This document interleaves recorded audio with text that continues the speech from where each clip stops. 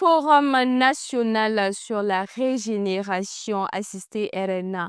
Au cours de cette première édition, plusieurs communications ont été faites autour de la thématique régénération naturelle assistée, valorisons les savoir-faire de nos paysans pour un Burkina Faso vert et autosuffisant.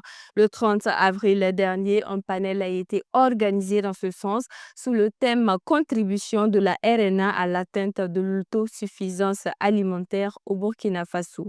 Pour plus de précisions, je vous propose de suivre cet élément de Colette Boudou.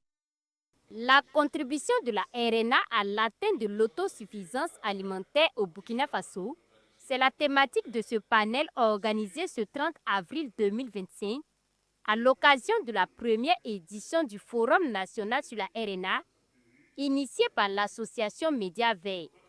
2 heures de temps environ, Abdoulhamine Zouma, agent à la direction générale en charge de l'économie verte, et Babou André Bationo, chercheur à l'INERA, ont développé des sous-thèmes comme la place et le rôle de l'arbre dans le système de production agricole et l'intégration des politiques agricoles et environnementales à travers la RNA. Il s'est agi en clair de présenter les bienfaits de la RNA, démontrer en quoi est-ce que cette technique contribue à l'atteinte de l'autosuffisance alimentaire et nutritionnelle. J'ai parlé de la RNA, les bienfaits de la RNA. J'ai montré les différentes phases. Il y a la RNA qui consiste à protéger ce qui existe, mais on peut aussi favoriser l'apparition des espèces végétales, je veux dire, pour ensuite les protéger.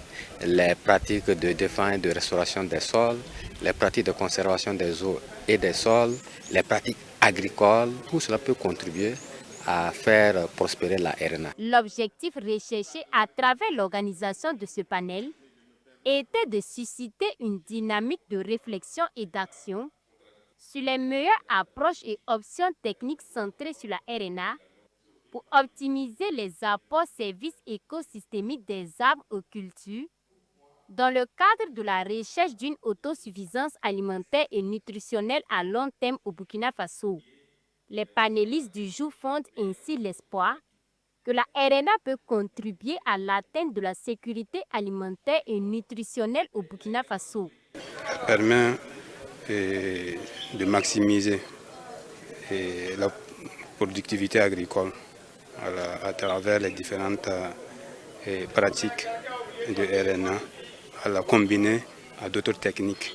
Les produits des arbres contribuent à soutenir la nutrition de la population. C'est important.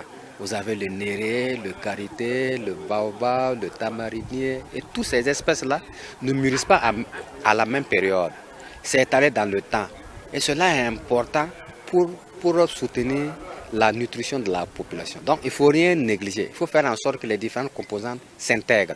Adama Dulkom, ancien coordonnateur de la Grande Muraille Verte, a été le modérateur de ce panel.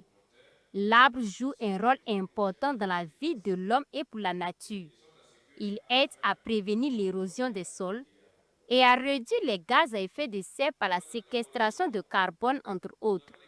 Il est donc plus que nécessaire d'intégrer l'arbre dans notre système de production agricole selon Adama Dulkom. Vous avez les évidences scientifiques par rapport à ce que la RNA fait sur la production et la productivité des terres.